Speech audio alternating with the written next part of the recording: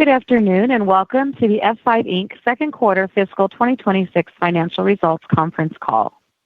All lines have been placed on mute to prevent any background noise. After the speaker's remarks, there will be a question and answer session. If you would like to ask a question during this time, simply press the star key, followed by the number 1 on your telephone keypad. If you would like to withdraw your question, press star 1 again. Also, today's conference is being recorded. If anyone has any objections, please disconnect at this time. I'll now turn the call over to Ms. Suzanne DeLong. Ma'am, you may begin. Hello and welcome. I'm Suzanne DeLong, F5's Vice President of Investor Relations. We are here to discuss our second quarter fiscal year 2026 financial results.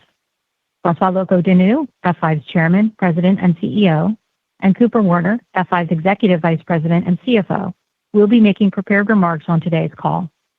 Other members of the F5 executive team are also here to answer questions during the Q&A session. Today's press release is available on our website at f5.com, where an archived version of today's audio will be available through July 27, 2026. We will post the slide deck accompanying today's webcast to our IR site following this call. To access the replay of today's webcast by phone, dial 800-770-2030 or 609-800-9909 and use meeting ID 607-6834. The telephonic replay will be available through midnight Pacific Time, April 29th, 2026. For additional information or follow-up questions, please reach out to me directly at s.dulong@f5.com. Our discussion today will contain forward-looking statements, which include words such as believe, anticipate, expect, and target. These forward-looking statements involve uncertainties and risks that may cause our actual results to differ materially from those expressed or implied by these statements. We summarize factors that may affect our results in the press release announcing our financial results and in detail in our SEC filings. In addition, we will reference non-GAAP metrics during today's discussion. Please see our full GAAP to non-GAAP reconciliation in today's press release and in the appendix of our earnings slide deck. Please note that F5 has no duty to update any information presented in this call. Before I pass the call to François, I am pleased to announce that F5 will be hosting an analyst and investor event in New York on Thursday, May 28th, 2026. Details about the event will be provided in a press release soon. I'll now turn the call over to François. Thank you, Suzanne, and hello, everyone. Our team delivered another robust quarter with 11% revenue growth. Product revenue grew 22%, marking our 7th consecutive quarter of double-digit product growth. This includes strong 26% systems revenue growth and 17% software revenue growth. Hybrid multi-cloud has become a strategic architecture, and it is increasing demand across F5's core markets. Customers are rapidly scaling their digital infrastructures to improve resiliency, meet data sovereignty requirements, and get ready for AI. Our strong Q2 performance reflects those dynamics and F5's alignment with where customers are headed. We captured robust international demand for digital sovereignty initiatives. We also converted hybrid multi-cloud adoption into meaningful systems and software growth. We capitalized on heightened demand for best-in-class security solutions, and we built on AI momentum with another standout quarter for AI wins. As a result of our strong growth and our proven operating model, we delivered 14% non-GAAP earnings growth and a record $348 million in free cash flow. The powerful combination of secular and cyclical demand trends is providing strong Q3 visibility and a growing pipeline. As a result, we are raising our fiscal year 2026 outlook to reflect revenue growth of 7% to 8%, up from 5% to 6% previously. Cooper will elaborate on our outlook in his remarks. Our outlook for stronger growth is reinforced by what we are seeing in the market. We see three forces significantly reshaping how our customers operate: hybrid multi-cloud adoption, threat landscape expansion, and AI inference inflection. First, hybrid multi-cloud adoption. Workloads now span on-premises, private cloud, and multiple public clouds. Our research shows more than 90% of enterprises run hybrid multi-cloud today across an average of 19 locations. Organizations need flexibility, resiliency, and digital sovereignty in every environment, and they are investing to support these demands. Second, threat landscape expansion. As AI models become more capable, attackers are using them to launch attacks against production applications at higher volumes and with greater variation than traditional defenses were designed for. Our customers see this, and they are responding. They are deploying more application security and prioritizing best-in-class defenses. The era of checkbox security is over. AI applications require best-in-class security to match both the volume and the sophistication of AI-driven attacks. Third, the AI inference inflection. Organizations are connecting their applications and APIs to AI models, and inference calls are becoming a regular part of how applications run. Our research shows 78% of enterprises run inference themselves, using more than 7 models on average.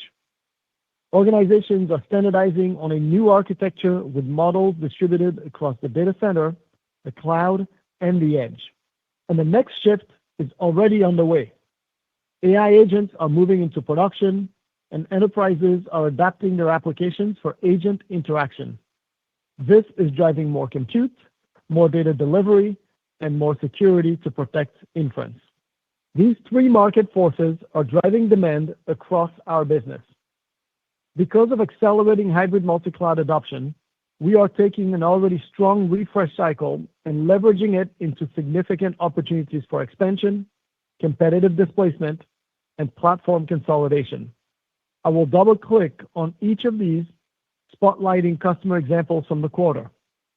With this refresh, we are seeing a refresh plus dynamic that is different from prior cycles. Customers are deploying higher performance, higher capacity F5 systems as they upgrade their data centers to support modern applications, digital resilience and sovereignty, and AI.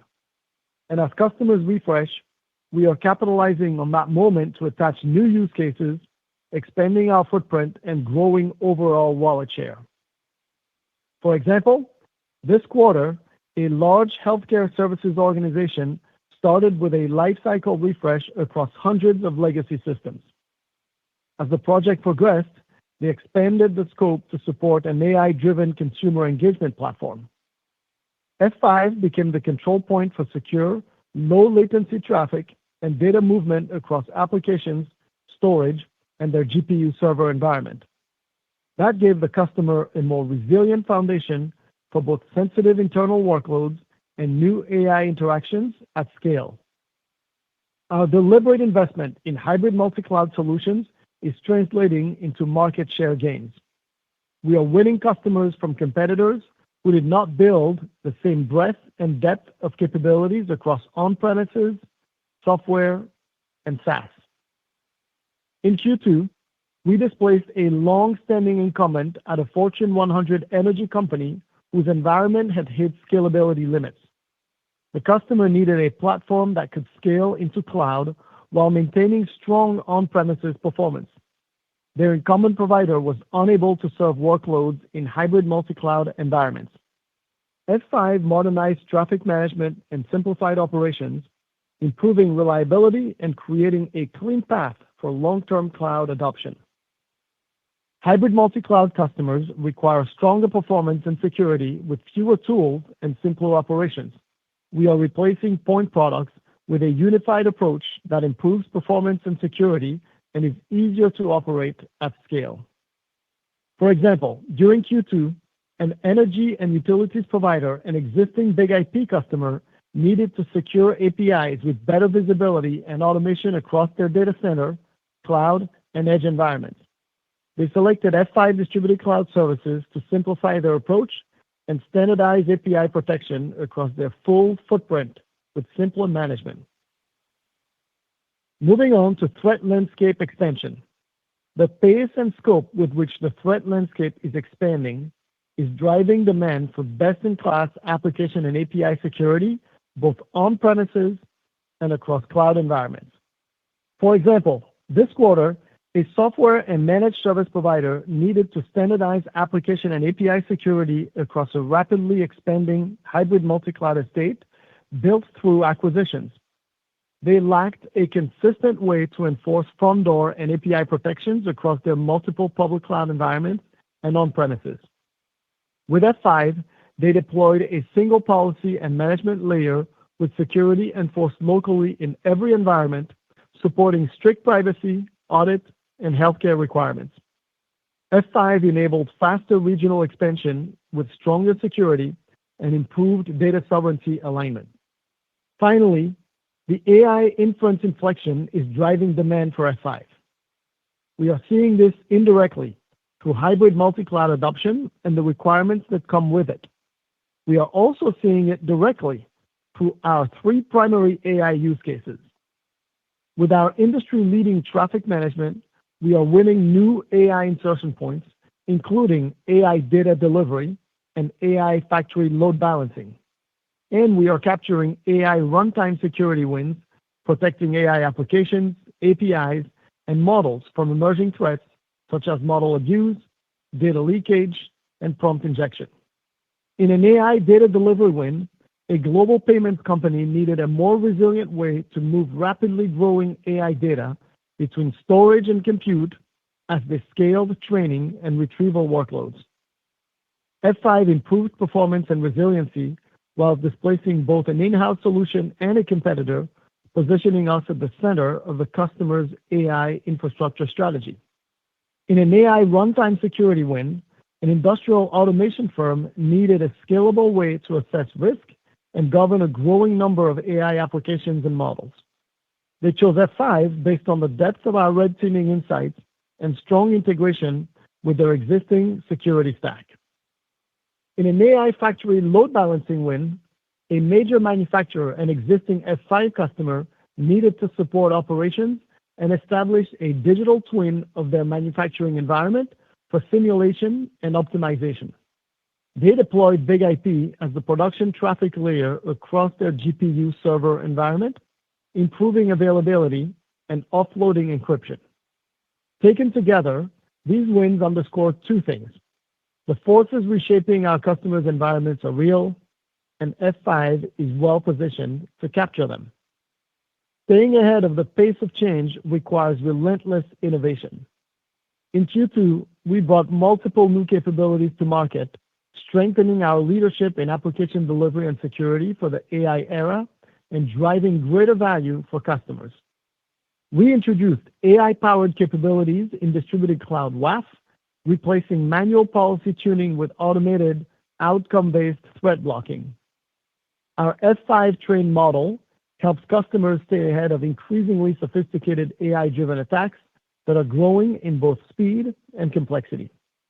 We launched Agentic Bot Defense, extending our industry-leading bot defense to autonomous AI agents, a new and fast-growing category of traffic. The result is that customers can confidently adopt agentic AI while ensuring only verified, trusted agents reach their applications. We released F5 AI Remediate, which closes the loop between our AI Red Team and AI Guardrails products. It collapses the path from vulnerability discovery to runtime protection from days or weeks into minutes. And finally, we launched F5 Insight for ADSP, providing deeper visibility across application estates. The result is that customers can identify and resolve issues faster with less guesswork. We are innovating so customers can run faster, stay protected, and simplify their hybrid multi-cloud and AI environments. And we are accelerating that innovation by rapidly integrating AI into our solutions to create practical capabilities customers can deploy quickly. That innovation engine is also sharpening our view of what's next. As we look ahead, we have conviction in the power and durability of hybrid multi-cloud, the expanding threat landscape, and inflecting AI inference as demand drivers for F5. We look forward to digging deeper into these drivers and our expectations for how they will shape F5's longer-term growth outlook at our May Analyst and Investor event.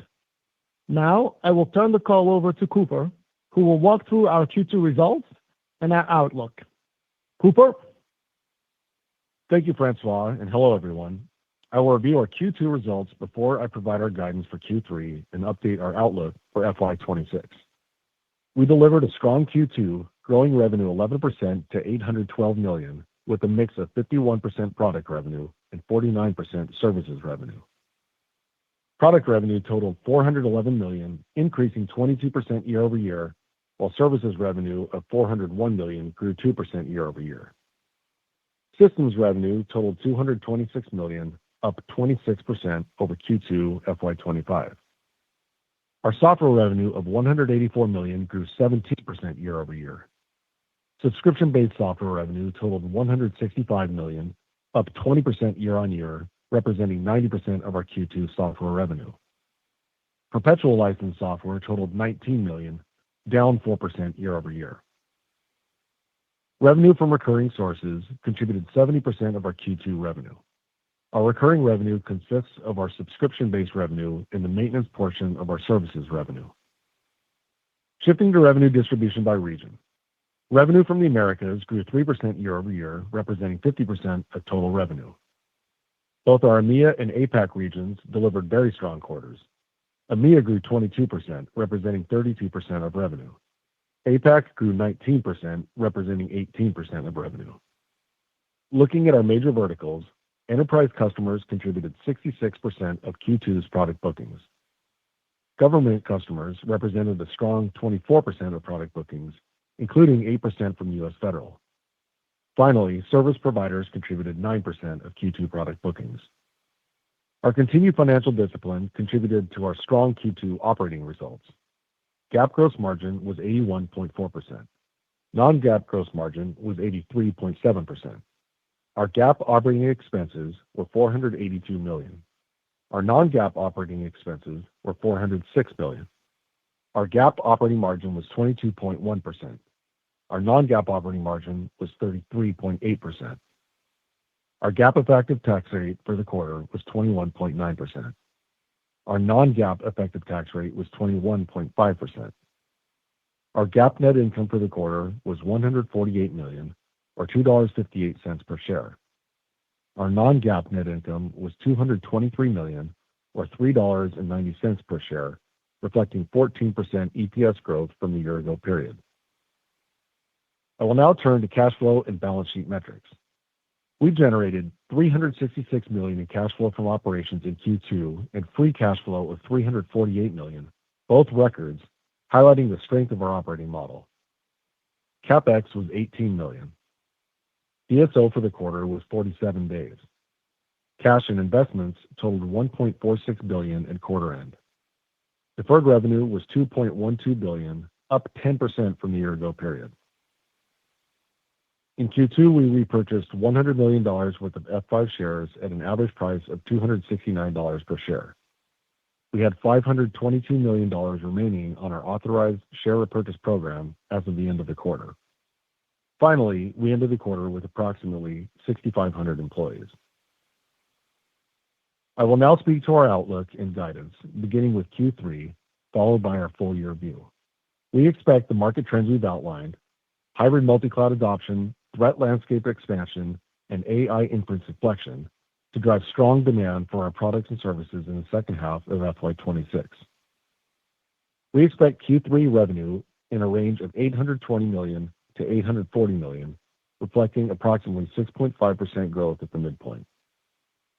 We expect non-GAAP gross margin in the range of 82.5% to 83.5%. We estimate Q3 non-GAAP operating expenses of $406 to $418 million. We expect Q3 share-based compensation expense of approximately $68 to $70 million. We anticipate Q3 non-GAAP EPS in a range of $3.91 to $4.03 per share. Turning to our fiscal year 2026 outlook. With continued strong close rates in Q2 and strong pipeline creation into the second half, we are raising our FY26 outlook. We now expect FY26 revenue growth of 7% to 8%, up from our prior outlook of 5% to 6%. We continue to expect mid-single-digit software revenue growth, double-digit systems revenue growth, and low single-digit services revenue growth for the year. Our gross and operating margin outlook for FY26 is unchanged. We expect FY26 non-GAAP gross margin in a range of 82.5% to 83.5%. On a modeling note, we expect higher component costs, primarily related to memory, will cause gross margins to step down sequentially from Q3 into Q4. We expect non-GAAP operating margin in a range of 34% to 35%. We now expect our FY26 non-GAAP effective tax rate will be in a range of 20% to 21%. Reflecting the strength of our second quarter and our increased revenue outlook, we now expect FY26 non-GAAP EPS in a range of $16.25 to $16.55, up from the prior range of $15.65 to $16.05. Finally, we expect our full-year share repurchase to be at least 50% of our free cash flow. I will now pass the call back to Francois. Thank you, Cooper. Looking ahead, our strengths are well matched to the secular shifts transforming IT infrastructure: hybrid multi-cloud adoption, threat landscape expansion, and AI inference inflection. We expect these trends to support continued growth for F5 in fiscal 2026 and beyond. F5 is built for hybrid multi-cloud and the AI era. We deliver and secure every app and API anywhere with one unified platform across on-premises, multiple public clouds, and the edge. Our application delivery and security platform reduces complexity. Customers get centralized security, high-performance delivery, and consistent policy without stitching together point products. And we provide a control point for traffic, APIs, and data flows as applications and AI become more distributed. Operator, please open the call to questions. Thank you. We will now begin the question and answer session. If you have dialed in and would like to ask a question, please press star one on your telephone keypad to raise your hand and join the queue. If you would like to withdraw your question, simply press star one again. We'll take our first question from Tim Long at Barclays. Thank you. One question and one clarification. On the software side, looks like it was a pretty good quarter, and you're keeping the mid-single digit for the year. So I know, sometimes these are on, 3-year cycles given the term. So maybe just touch a little bit on, why not a little bit more of a raise there after a pretty solid growth quarter? And are you still looking at potential acceleration on that number into next year? And then after that, I'll come back with a follow-up. Hey, thanks, Tim. This is Cooper. I'll take that. So, we did have a good growth quarter in Q2. I would say it was right where we expected it to be for the quarter. You're right. We do caution against kind of over-rotating on any individual quarter's reported revenue growth rate. The second half of the year is where we have a more balanced growth expectation for the year. And just based on where we're at with the renewal base, we continue to expect to perform as we had seen it shaping up for the year. And so that's where we're still at the mid-single-digit growth rate for the year. But all trends look very healthy. And then, yes, as we look ahead to next year, we do expect to see an inflection in the growth rate. We're continuing to see strong trends around consumption rates across that renewal base, and we have a larger base coming up for renewal next year. And so with the expansion we would anticipate against that larger renewal base, we feel pretty confident about a higher growth rate into FY27. Okay, great. Thank you. And then if I could, on the AI front, a lot of different applications, a lot of activity. Maybe you could help us a little bit with, some benchmarks or some metrics. How do we, frame the success as, revenues, orders, customers? How should we look at it? Any data points you can give us as far as the scale and the traction you guys are seeing on the customer side? Yes, Tim. It's Francois here. So what we're seeing in AI, Tim, is that enterprises are now putting AI into production, and what the term we use is inferencing, and that's creating substantial opportunity for F5. We've talked about 3 big areas where we see opportunity. The first one is in hardening data pipelines between data stores and AI models, a use case we call data delivery, and we're seeing growing demand for F5 in these use cases. We're also seeing growing demand in securing AI in runtime, so both AI applications and AI models increasingly require security that is tailored for AI models that traditional security solutions do not address. And we also address load balancing, AI factory load balancing, which is a third area where we're starting to see growing demand. If you look at all that, if you look at the first half of the year, we had approximately $50 million in sales in the first half of the year on these use cases. That's up more than 200% year on year. And we're now approaching about 100 customers that are using F5 for their AI use cases. That's probably a bit of a conservative estimate because those are customers from whom we absolutely know that they are using F5 for these AI use cases. We believe there are other parts of the business where we're getting indirect benefits from customers getting ready for their AI infrastructure, but those are harder to quantify, harder to count. So the ones I'm sharing with you are ones where we actually have the data and can attribute it directly to these use cases. So enterprise AI is one of the big trends that's fueling some tailwinds in our business. And hybrid multi-cloud and an expanding threat landscape are the other two very significant trends we're seeing. Okay. Thank you, Francois. Thank you. We'll move next to Samik Chatterjee at JP Morgan. Hey, thanks for taking my questions. Francois, pretty strong quarter. You're raising the guide for the year as well and getting ready, it seems, to give us a more longer-term view of the business. Just trying to get sort of how you're thinking about sustainability of the high single-digit growth as you look forward, given that you did sort of have a softer year in software this year, but you also have the hardware sort of tailwinds in relation to end of support for some of your products. Like, how should we think about sustainability of these growth rates as you look forward beyond this year?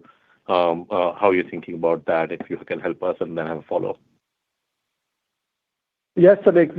As it relates specifically to software, I think Cooper touched on it, where we expect even stronger software growth next year than this year. But let me step back a little bit and talk about the overall business. Samik, we are seeing a couple of things. One, of course, is we are seeing a very strong refresh cycle, and the refresh cycle, by definition, is cyclical. But we're also seeing three secular trends that we think are very durable and that are just growing and accelerating our business. The first one is hybrid multi-cloud. We've been talking at F5 about hybrid multi-cloud for several years. If you look at the past few years, hybrid multi-cloud was by default. Customers needed the flexibility to put their application in different environments. But now we're seeing it being more of a strategic architecture that is by design, and customers are implementing that for digital sovereignty reasons, to be able to rely not just on big public clouds, but local cloud alternatives or on-premise environments.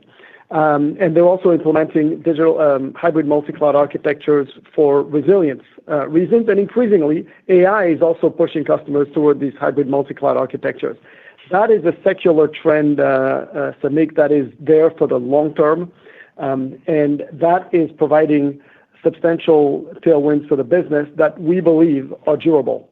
And then the other trend that we're seeing is the threat landscape is expanding.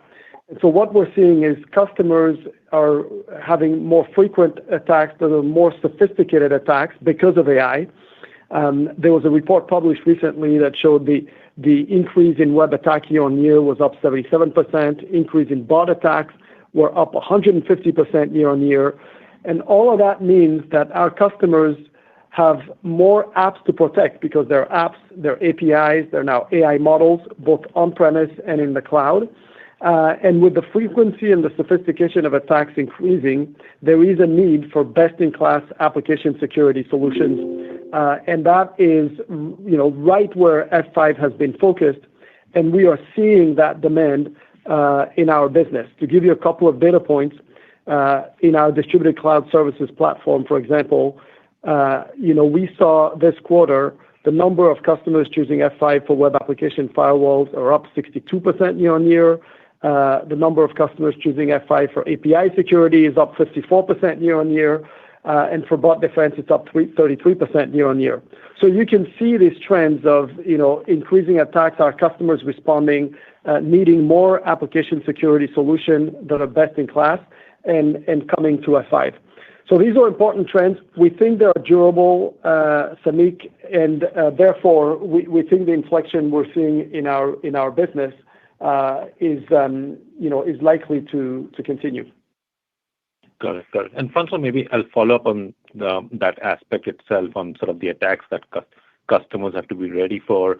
Have you seen any change in engagement or even a step up in engagement following all the discussion that enterprises have to deal with in relation to Anthropic's Mythos model and sort of the vulnerabilities that they've highlighted? Are you seeing any step change in your engagement with customers on the security front? How are you sort of looking to your customers and trying to address some of those issues? Thank you.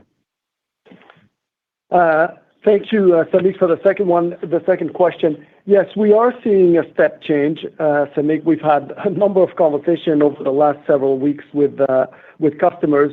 If you think about it, we are now in an era where the window of time for an enterprise to patch their applications has closed as we have AI models that are very powerful and can now find and exploit vulnerabilities in any application almost in real time. And so there are a couple of implications for that. The first is, given if you don't have a significant window of time to patch your applications, you are going to rely more on runtime security and specifically runtime security that is protecting the front door of your applications. That's precisely where F5 has focused. And we're having conversations with customers who are sharing with us that they're going to have to rely on us even more than they had in the past. The second implication is that we believe that all security is going to be AI powered. Static security, static signatures are really not going to be able to cope with the power and the speed that these new models have in terms of creating exploits. And so this is a shift that we saw coming. We have been investing in AI-powered security for a while now. Just this quarter, you may have seen this, we released our AI-powered web application firewall. We also released our agentic bot defense solution. And so over time, our entire portfolio is going to be AI-powered. But we are basically already fighting AI with AI, and that we think is a significant shift for our customers. And probably the other step change for our customers, it's a trend that has been happening, but I think the new era really accelerates this, is the consolidation towards platforms. If you're a customer that's operating in multiple environments, and 95% of our customers are operating into hybrid and multi-cloud environments, the era of having a point product solution in any one of these environments really just creates complexity that you don't want to have to deal with if you have to try and really patch your systems very quickly. And so I think we're going to see more customers move towards platform, and the breadth of our portfolio can really help them simplify their operations. So those are three of the implications that we see with this change, and we're seeing that in our conversations with customers already over the last several weeks. Got it. Thank you. Thanks for taking my questions. Thank you. We'll go next to Simon Leopold at Raymond James. Great. Thank you very much. I wanted to ask about, I guess, a phenomenon that may be occurring. And what we've heard is that some customers may be showing a preference for your hardware solutions based on the performance, the relative performance, that perhaps the total cost of ownership of implementing software is actually more expensive than the relative hardware. I'm wondering if you're seeing this shift, and that might explain some of the relative growth between your hardware and software. Well, Well, let me see, Simon. First of all, we are seeing, in fact, a number of customers that are recommitting to hardware. I wouldn't say that it's just about performance. Performance is a factor. There are a number of reasons for customers to want to be doing that. I think one of those reasons is a lot of customers are modernizing their data centers and wanting to have strong on-prem infrastructure with strong performance in their data centers. And we have seen in the first half, just to give you a data point, we generated about $60 million in sales from customers who had previously kind of stopped buying hardware and recommitted to hardware. So we are seeing this phenomenon of customers recommitting to hardware. But if you expand from that, because we delivered 22% growth on hardware this quarter and 17% growth on software, the broader trend we're seeing, Simon, is that the hybrid multi-cloud is really what's driving customers to both modernize their data center and continue to invest in software to have the flexibility to be able to deploy the same solution, the same software stack from F5, either on-prem or in public clouds.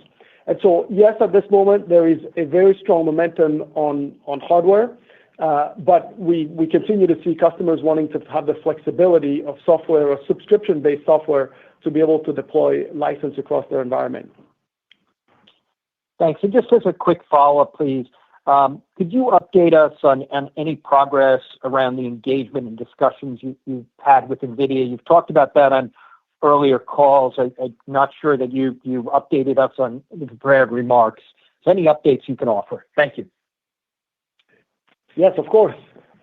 So yes, we have, as you know, we have developed an integration with NVIDIA where we have been able to basically refactor our software to work in ARM architectures and specifically work on NVIDIA Bluefield technology. We've done a lot of work with NVIDIA over the last 18 months. As of December, we have now been formally put into NVIDIA's reference architecture. Since then, there have been a number of tests, including third-party tests, to test the efficiency gains from this integration. Those tests have validated basically the integration of F5 software on these NVIDIA DPUs helps AI factories generate 30 to 40% more tokens for a certain amount of GPUs. And we are now taking that value proposition to market, and we are involved in a number of proof of concepts and trials around this technology and this integration.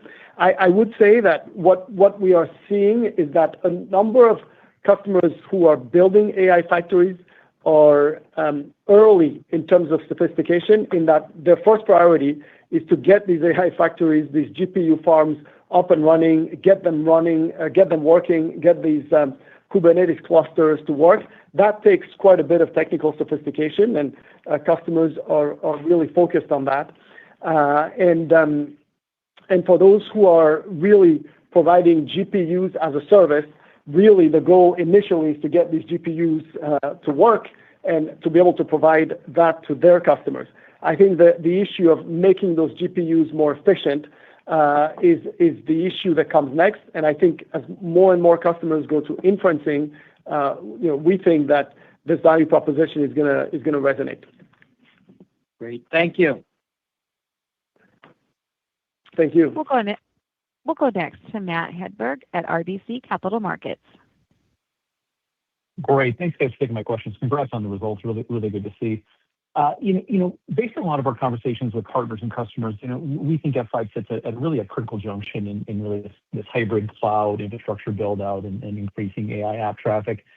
In your prepared remarks, you talked about sort of your role in this evolving threat landscape. And I'm curious, you have a lot of security solutions now, but are you hearing customers pull you into additional use cases, or you're such a unique spot of the traffic flow with the lens that you see? Are there other opportunities for you to add either further security capabilities in this new AI era? Well, absolutely. So a couple of things.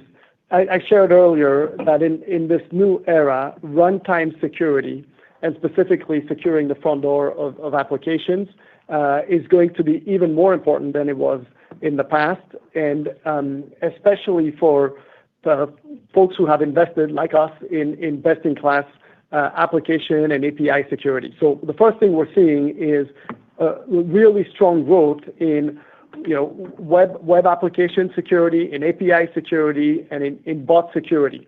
We're also seeing API discovery, and whether on-prem or in the cloud, being a growing use case, with more and more customers really now worried about knowing where all their APIs are and being able to protect them.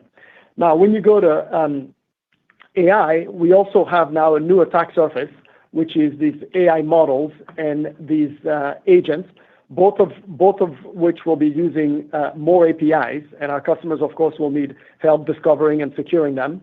But we've also introduced in the last few months AI guardrails, which is AI Red Team and AI guardrails. So technologies that help our customers both detect vulnerabilities in their AI models and mitigate these vulnerabilities. And we have introduced a product called AI Remediate that automates the process of creating mitigation for these vulnerabilities. All of these are new use cases in security that are going to grow as our customers deploy more AI models in production. So we are seeing new use cases and new opportunities to insert F5. Security, I think, is a very significant opportunity. But as I said earlier, we're also seeing that opportunity in delivery, specifically in data delivery for AI. That's great. That's great. And then, Francois, the other thing you touched on in your prepared remarks was you're starting to see AI inferencing inflect with your customer base, which is, it makes sense given some of the AI models, the innovation that we're seeing, and I guess it feels to me like the broader sort of non-AI native cohort of customers are becoming increasingly AI leaning. Is there a way to talk about how early we are in that, and is this part of a multi-year really inflection? Could we be talking about this inferencing inflection 2 years from now, for instance? Yes, on that, Matt, I think the customers who are today really focused on, have already started worrying about AI security and protecting AI models and AI applications that have new types of vulnerabilities like prompt injections, model abuse, etc. Those customers are a small minority, typically the largest customers in any vertical. The customers perhaps that have a lot of sophistication in security, financial services companies, very large technology companies.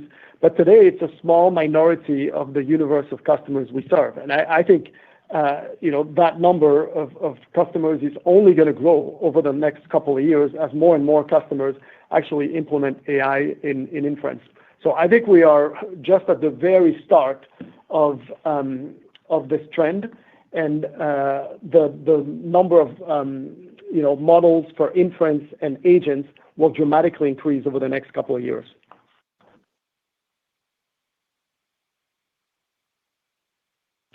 We'll go next to George Notter at Wolfe Research. Hi, thanks a lot, guys. If I look back, you guys have been raising prices pretty conservatively, I think once per year. Obviously, there's some more memory cost here. You mentioned in the context of gross margins, but any thoughts about raising prices a bit more aggressively or a bit more frequently? And I think if I look back historically, you guys also talked about kind of balancing price increases with the opportunity to gain share. And I'm just curious, like on the share side of things, are you making progress there? Are there any metrics you can give us in terms of logos or incremental revenue or share that you can point to that kind of reinforce the idea that you guys are winning share? Thanks. Yeah, George, thanks. This is Cooper. I'll start on the pricing. So we do have kind of an annual pricing review that we do. Typically, it's in our Q2 where we make price adjustments to factor in the innovation that we've been bringing to market, and that's part of our ongoing playbook.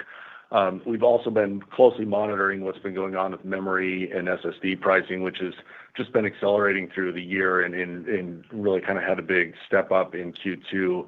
And that's something that we continue to look at price adjustments to pass through some of that impact through to offset the impact on our gross profits.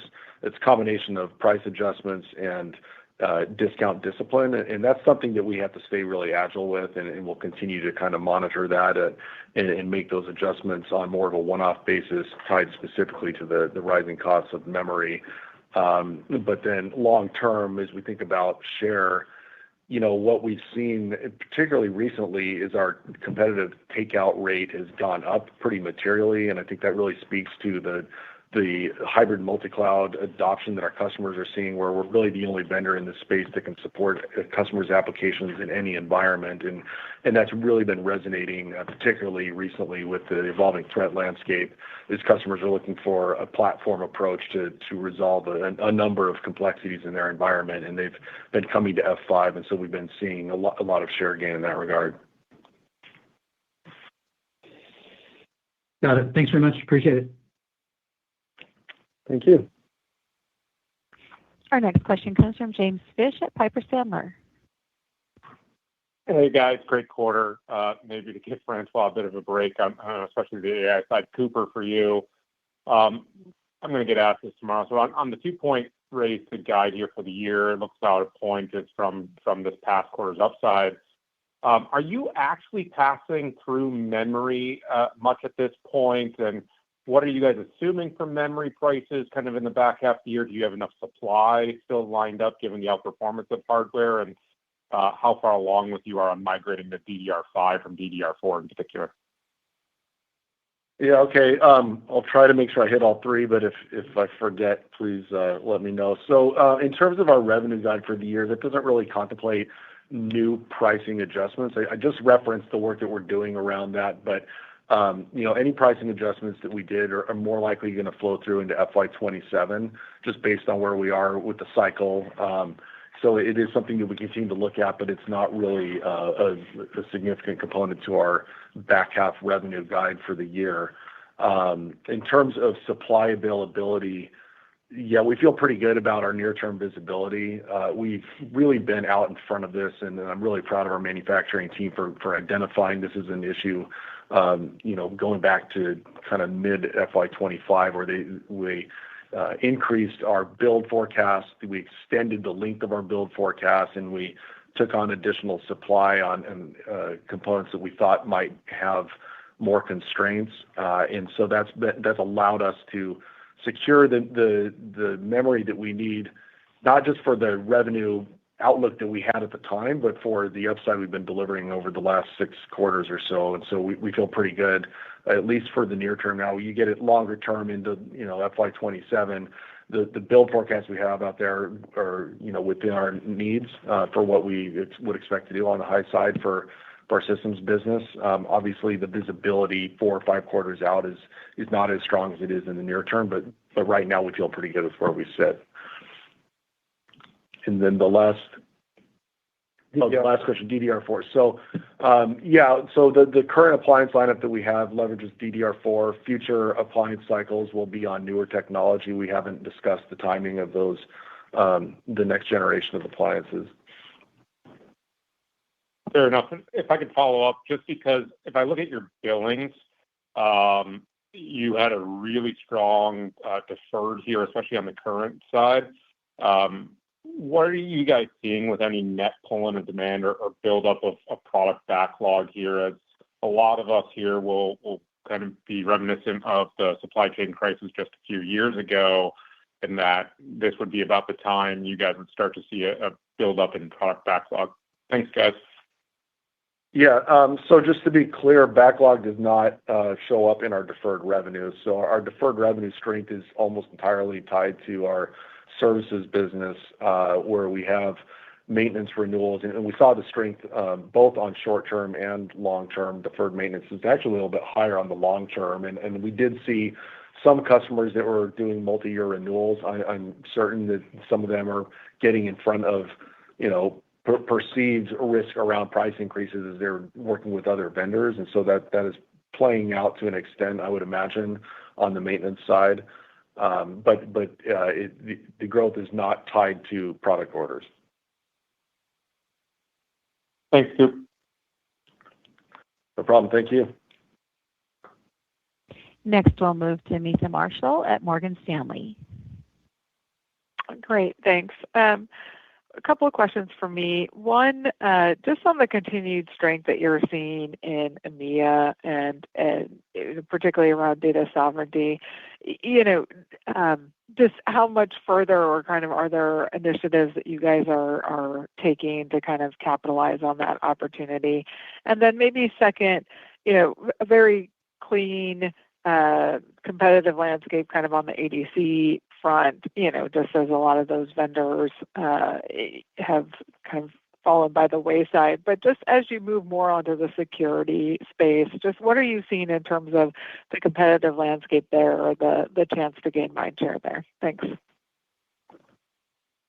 Thank you, Mita. On EMEA, we think the trend that we're seeing there is durable. In fact, we saw an acceleration in that trend this quarter. A lot of the customers, whether it's government agencies, the defense sector, of course, all regulated industries, including financial services, all have a strong push for digital sovereignty. That implies, in a lot of cases, modernization, reinvestment in data centers, and also creating consistency of security and delivery across their hybrid multi-cloud environments. We're seeing an interesting trend there where when customers went to the public cloud, they created separate teams between public cloud and on-premise environment. And now that they're kind of coming back and creating true hybrid multi-cloud architectures, they are merging those teams together, and it's creating more opportunities for the provider that can cover their needs across on-prem and public cloud with a single platform. That trend, we think, is going to continue in EMEA. We're leveraging it more. We have increased our coverage, our field coverage in EMEA, and we'll probably continue to do that in the future, and probably accentuate our focus there on the defense sector because we're seeing significant spend in defense in EMEA. As it relates to the competitive landscape in security, we are focused, as you know, on runtime application and API security. And in that space, we are seeing substantial growth, both for on-premises requirements and cloud requirements. Our differentiation is really the ability to serve both environments with an extensive security portfolio that includes application firewall, securing API, securing against bots, securing against DOS attacks. And frankly, none of our competitors, whether it's for application security or AI security, are really hybrid multi-cloud. And so the more we see customers embracing these architectures and needing a solution for both on-prem and public cloud, we are alone in that category and have a very, very strong value proposition. There are a few examples that I mentioned in my prepared remarks where customers needed to secure APIs or they needed to secure their applications for a solution that worked both on-prem and in the cloud, and they came to F5. That consistency is more important than ever, and that's where we are focused, and we're going to continue to invest there. One of the highlights of the quarter for me, and I'm really proud of our product team for the work that we did this quarter, was incredible innovation in security. We released our AI-powered WAF. We have already a significant interest for that. A new solution for agentic bot defense, which is really important now to understand which agents are authorized to access a model and which agents are not. We innovated on our AI security solutions with F5 AI Remediate, a new solution. We introduced new solutions that is AI-powered, F5 Insight. We brought API discovery on-premise with our big IP solution. So a lot of innovation that is accelerating, in part, by the way, because we're also leveraging AI to do that. But I'm excited about the place we're at as the company that invested in hybrid multi-cloud architectures, I think ahead of everybody else, and is now starting to reap the reward of that, and now doubling down on our innovation, accelerating the pace of our innovation to capture a growing landscape of opportunities in front of us. Great. Thanks so much. We'll move next to Jeffrey Hopson at Needham. Hi, thank you for the question. I just wanted to follow up on the memory situation and the gross margin implications. You gave guidance for the last quarter to have a step down from 3Q to 4Q. Just curious if there's any more color on the magnitude of that step down. I think I had like around 150 basis points. And is this just a function of memory bought today takes about 2 quarters to flow through, and that's kind of dynamics at play? Thank you. Yeah, thank you. So yeah, that's the dynamic. So as I referenced earlier, we had taken a pretty extensive position early, and so we've been able to kind of mitigate any impact up through the first half of this year. But we're now starting to see some of the later purchases that we have been doing at higher price points are going to start to flow through into the model, and it'll start to flow into Q3, but it'll be kind of more at full run rate in Q4. It's an incredibly dynamic situation with memory pricing. We're trying to get the signals on what it could look like in the next few quarters. Our expectation is that there will be relief several quarters out, but right now, for at least through the better part of FY27, we would expect memory prices to stay elevated. Got it. Thank you. And maybe just on the U.S. federal side, it's been a couple of really nice quarters. Maybe just any additional information on the dynamics that are going on in U.S. Fed? Yeah, generally, the dynamics are strong. We had a strong Fed quarter, and I would actually expand that beyond U.S. Fed to the global government sector in the first half was really strong. I think you're seeing that. That's not, I would say, just an F5 trend. I think you're seeing that generally defense spending across the globe has been growing, and we are a beneficiary of that trend. In part because generally defense customers are investing more in security, in part also because those customers are very hybrid multi-cloud. We have a number of customers in the defense sectors that want air-gapped environment. Sometimes they want to leverage cloud as well, but a lot of them want air-gapped environment in their own data centers. We have been making investments for that opportunity, and we're seeing the benefit of that today. So I think the Fed has been strong for us, but globally, government spending has been strong, and I think will continue to be for the next several quarters. Thanks for the questions. We'll move next to Amit Daryanani at Evercore ISI. Hi there. This is Caden on for Amit. I guess services growth at 2% was fairly muted. Can you maybe just touch on what's happening there and maybe your updated thoughts on how to think about it in the long term? Thank you. Yeah, I'll start. I would say, ironically, I think this is tied to a good news story, which is the strength that we're seeing with the refresh. And this is kind of the dynamic that we've seen with past refresh cycles. When you see a strong refresh in the very near term, it has a little bit of a headwind to the services business. And part of that has to do with you're replacing legacy appliances that have been carrying service for a number of years. And as those come out of the system, and then you backfill with the new appliances, there's a little bit of a lag on the maintenance revenue stream. Conversely, when we've had periods where customers were sweating assets, that's where you saw some strength in the maintenance revenue. So the longer term picture is that the refresh has been very strong, and it's a refresh plus expansion story. And what we're seeing is that we're getting better retention of that footprint than we had in prior cycles. Ultimately, that's going to be a great story for services because with the larger footprint that you get maintenance revenue against, you're going to see a better revenue outcome. But in the very immediate term, as customers are making that transition, it's a bit of a headwind on the maintenance revenue.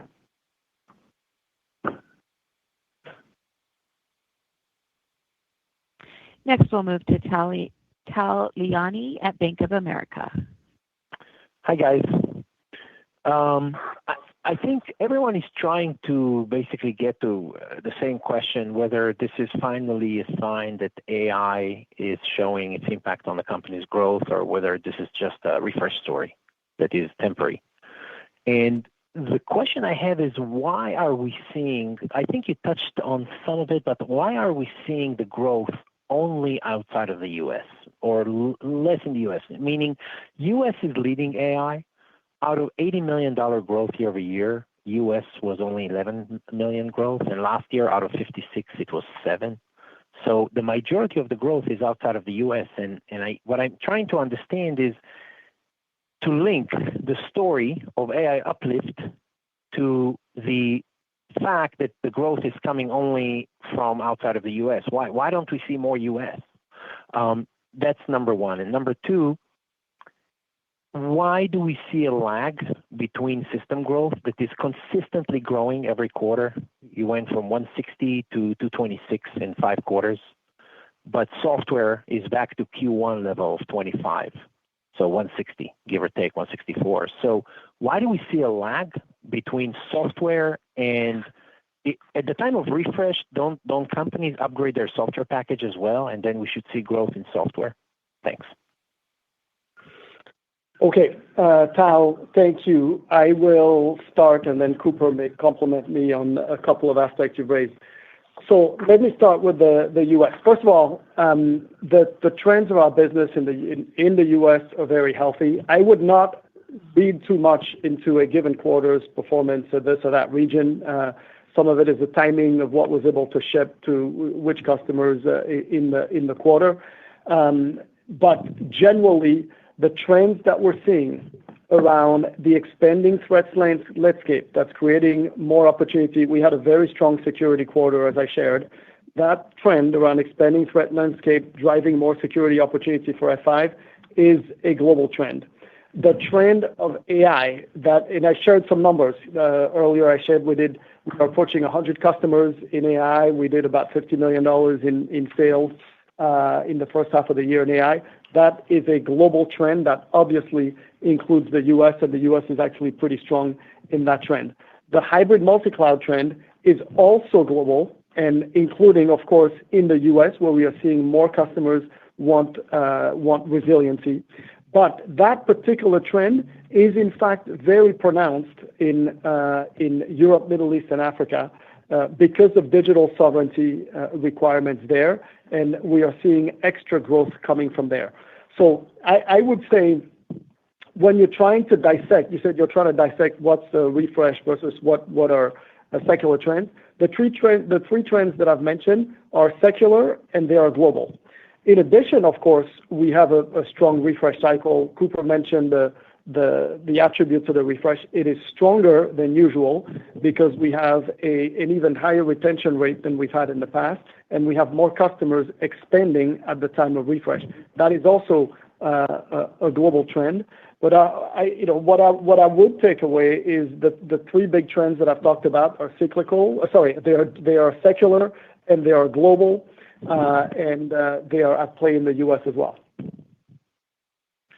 Yeah, and then just to touch on the software and systems dynamic, just a couple of dynamics that I would point you to is one, the software business is largely a subscription business. We said this quarter 90% of our software business was subscription, and of that subscription business, the majority does come through in a renewal motion. And so we are seeing strong attach of software at the time of refresh, but it's still a relatively small component of the overall software number.